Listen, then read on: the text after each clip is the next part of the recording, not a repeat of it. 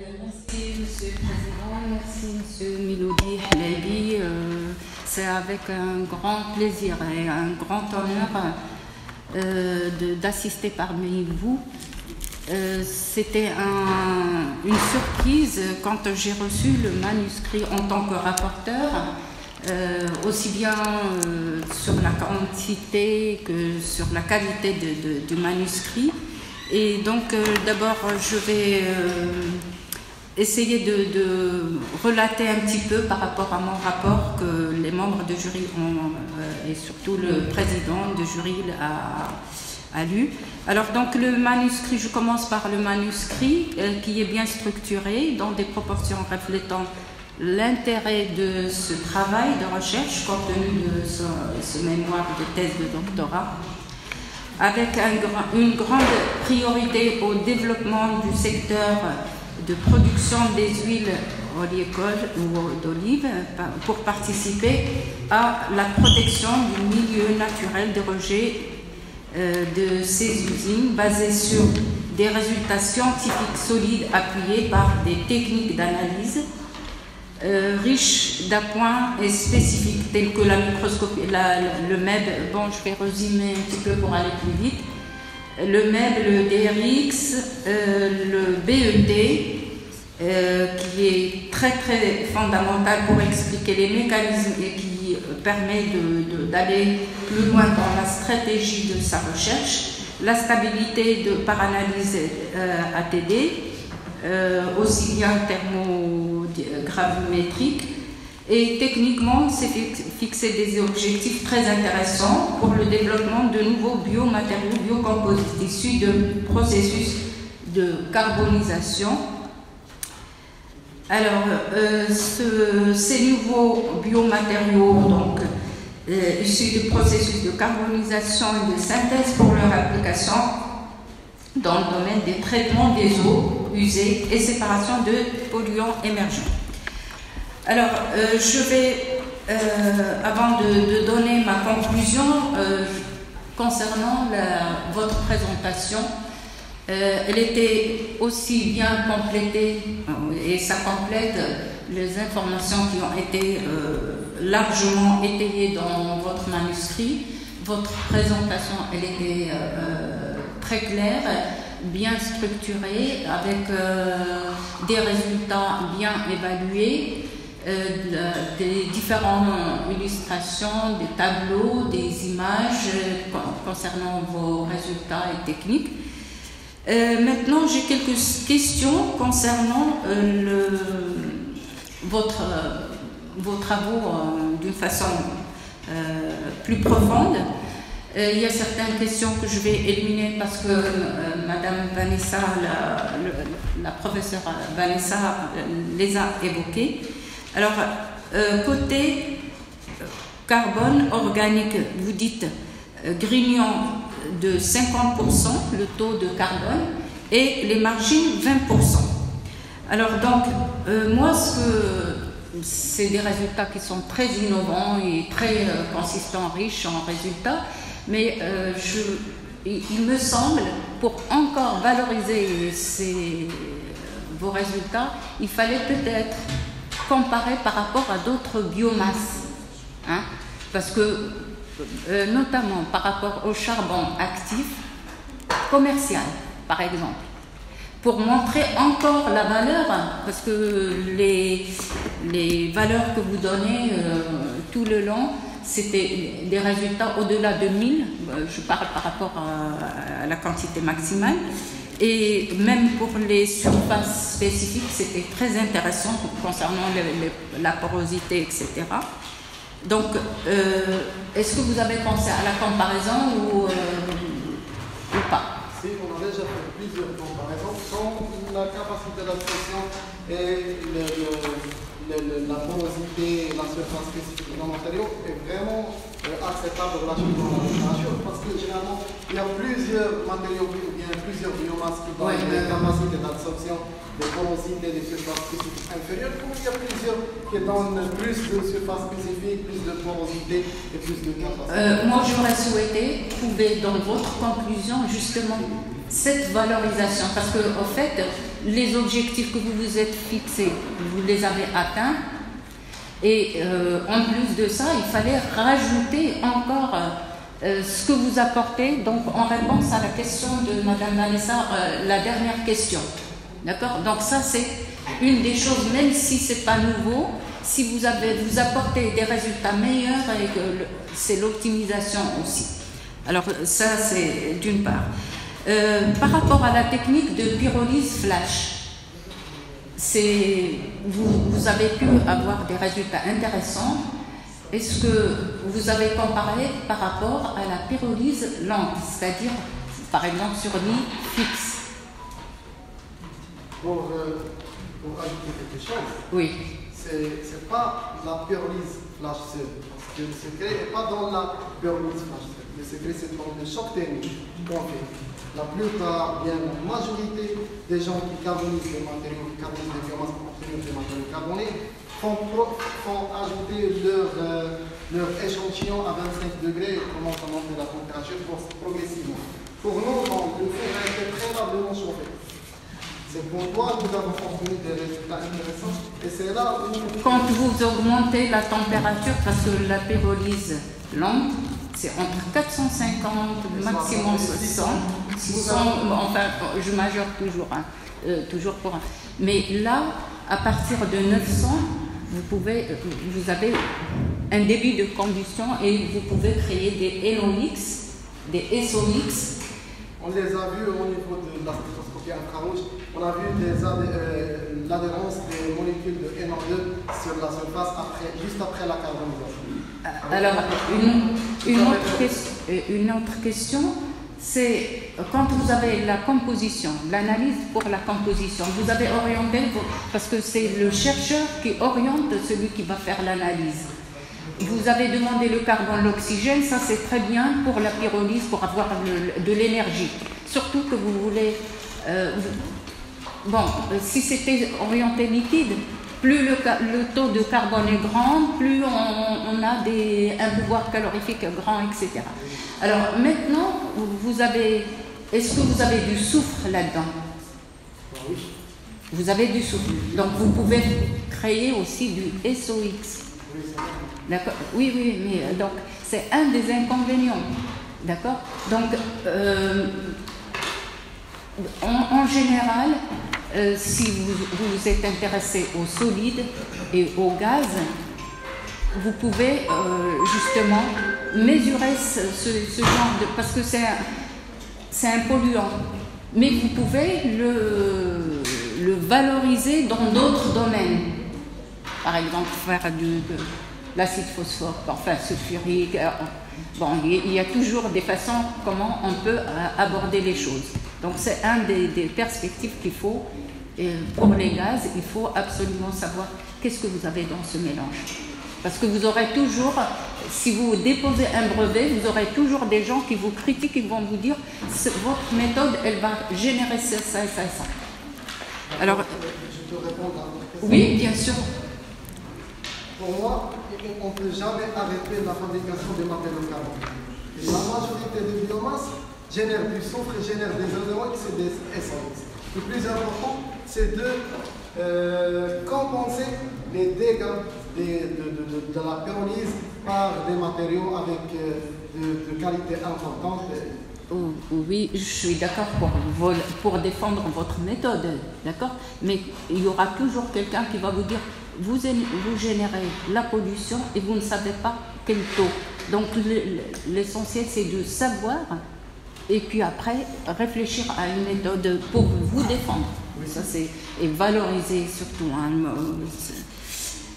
alors, une autre chose par rapport, quand vous dites active, alors imprégnation, carbonisation, etc., côté organique, quand on va changer la structure, c'est une modification.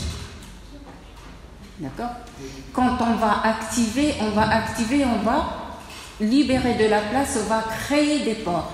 Donc quand vous parlez d'activation, ça veut dire que vous dégagez, comme je dis aux étudiants, vous allez faire le ménage. Et quand donc il y a toujours une compétition, mais à savoir, que, comme elle a dit Madame la professeure Vanessa, c'est toujours, par exemple, quand vous étudiez votre pyrolyse, vous changez la température et donc ça dépend de votre objectif. Si je veux créer plus de liquide, plus de solide ou plus de gaz. Donc faites attention quand vous parlez de ces termes, essayez de bien préciser la chose. Dites par exemple, si c'est une modification, c'est parce qu'on a la modification, on a le phosphore, il se fixe sur ceci ou cela. Ok. Ok. Alors, vous dites une structure amorphe. Qu'est-ce que ça apporte la structure amorphe par rapport à une structure? Qu'est-ce qu'on pourrait avoir comme structure autre que amorphe? C'est-à-dire il n'y avait pas d'impureté cristalline ou minérale dans le matériau, c'est juste le carbone, et le carbone est très connu par sa structure amorphe. Vous savez qu'en organique, quand on a des cristaux, on est très content. Il faut bien préciser le pourquoi, c'est-à-dire faire des compléments d'objets par rapport à la chimie. Hein. Donc, par rapport à ça, et tout de suite le relier par rapport à vos objectifs. Oui, bien sûr. Au début, c'est-à-dire qu'avant l'imprégnation, nous avons trouvé que nos matériaux contiennent toujours du NaCl qui provient de la quantité énorme des sels ajoutés par les agriculteurs lors du stockage des olives, parce que ça vient nos matériaux de l'olive, ainsi que du carbonate vu la composition liquide de nos matières premières. Donc, à partir de la diffraction de l'ion X, nous avons juste prouvé l'élimination de ces impuretés de nos substances. Ok. Très bien, très bien. Vous avez utilisé pour le dopage le ZnCl2. Et est-ce que vous avez essayé avec le CuCl2 et pourquoi pas? C'est une question. Je n'ai pas eu l'idée. Ah. Donc en perspective. Oui. Parce que si vous voyez, pour les biomasses, on a des supports qui sont très intéressants. Ce n'est pas uniquement pour le traitement des eaux, c'est aussi pour faire des complexes, pour les utiliser pour diverses applications. Le dopage, pratiquement les gens qui travaillent avec le dopage, systématiquement, lorsqu'ils essayent le ZnCl2, ils le comparent avec le CuCl2. C'est comme pour les solvants organiques. On va faire un screening sur le meilleur solvant avec les différentes polarisabilités, etc. Donc électrochimiquement, et ça correspond par rapport à l'étude, comme vous avez des interactions électrostatiques, etc. Et par rapport à la sélectivité. La sélectivité, puisque votre valeur ajoutée et votre point fort, c'est la sélectivité. Alors je ne suis pas d'accord quand vous dites paracétamol, il est neutre.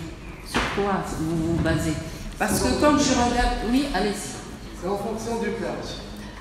Il est neutre dans le pH de l'absorption qu'on a travaillé avec. Alors, on travaille à pH 6. Dans les meilleures conditions de pH, vous avez quel pH? Dans les meilleures conditions, oui. 6. Oui. Donc pour moi, 6, c'est presque 7. D'accord? Donc moi j'aurais voulu que, enfin, je pense qu'il vaut mieux parler de la structure de la molécule organique, parce que quand je vois de parler avec le pKa plutôt que le pH sur une structure moléculaire, parce que paracétamol c'est organique, les margines, vous avez aussi des polyphénols, d'accord? Donc il y a le phénol lui-même, vous avez deux types d'interactions, vous avez dit pipi, et puis vous avez le OH, des liaisons hydrogènes. Donc, oui? NH. Pour le paracétamol, c'est NH. Oui, mais je parle par rapport en général les interactions, d'accord? Donc vous avez le OH, donc c'est des liaisons hydrogènes, vous n'en avez pas trop parlé, d'accord? Alors que les liaisons hydrogènes, ça crée énormément de sites et d'interactions. C'est normal. Et vous avez il fallait parler plus de sites positifs et négatifs. Interaction ion, cation. Une autre chose, vous avez utilisé des cationiques, des anioniques et le paracétamol. Donc, comment dire, pour encore valoriser, dire le côté parapharmaceutique ou le côté médical, parce que c'est ça surtout. Côté structure, il faut faire des analyses et des études avec les PKA, d'accord. Par exemple, pour les acides, des polyacides, lorsque vous avez une molécule où vous avez des interactions avec des polyacides, c'est une autre étude. Donc, vous comparez les OH et peut-être avec pour faire un schéma. Dans les articles, souvent, ils mettent des schémas, des graphiques, etc. La première des choses, ils vous demandent d'élucider ça par un mécanisme. Et en général, il suffit juste de mettre les fonctions en face et vous pouvez prévoir. Ça ne veut pas dire que vous avez bien travaillé, c'est juste une façon de présenter. Pour le PK, je l'ai utilisé pour interpréter les résultats de l'étude sur le camp des cancers. Oui, oui. Alors, bon, je ne vais pas trop tarder, peut-être pour laisser la parole, surtout pour celui qui vous attend. Donc, je réserve d'autres questions pour plus tard, pour discuter. Oui, il y a une autre chose, pour des molécules où vous avez... je ne me rappelle plus si c'était une molécule où vous avez le phényl, l'azote, et puis de l'autre côté, SO3 moins Na+. Ça marche à merveille avec les cations.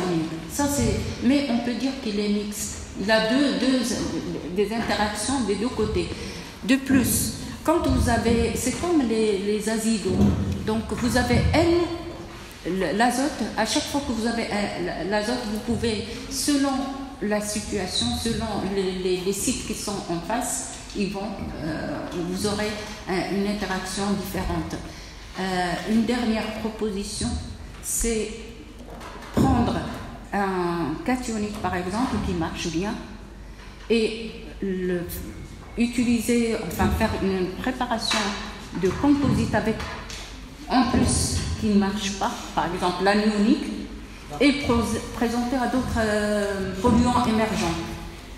On l'a essayé, ça marche très bien, donc vu le progrès, l'avancée de vos travaux, ça pourrait être une très bonne méthode pour encore donner de meilleurs résultats, enfin de bonnes perspectives. Alors je vais conclure toujours. Pour un rapporteur, il doit donner des questions, des critiques et surtout appuyer ce qu'il a expertisé et valoriser le travail qu'il a pour témoigner de la valeur de votre thèse. Alors en conclusion, d'un point de vue scientifique, le doctorant a pu montrer à travers des résultats de ses travaux de recherche sa capacité de mieux gérer ce projet depuis la conception jusqu'à sa réalisation.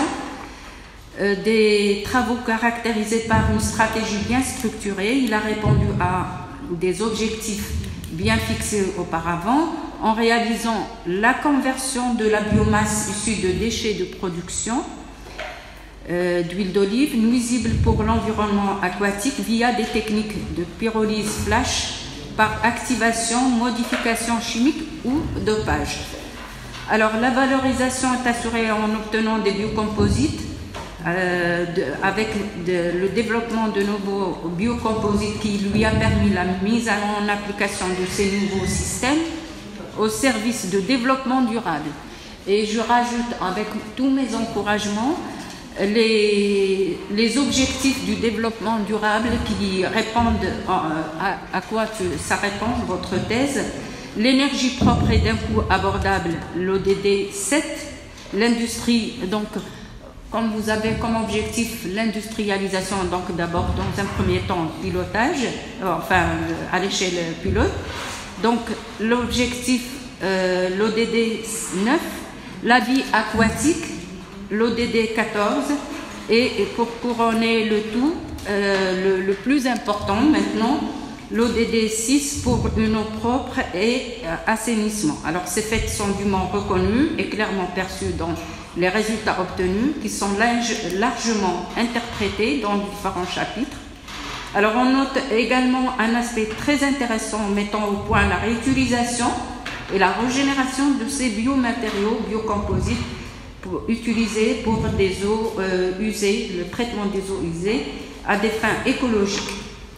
Alors l'ensemble des résultats que j'ai vus, que vous avez publiés dans des différents journaux internationaux spécialisés dans le domaine et indexés, et avec une vulgarisation ou une publication, participation dans des congrès internationaux et nationaux. Je vous félicite et je vous espère une bonne continuation. Je vous remercie.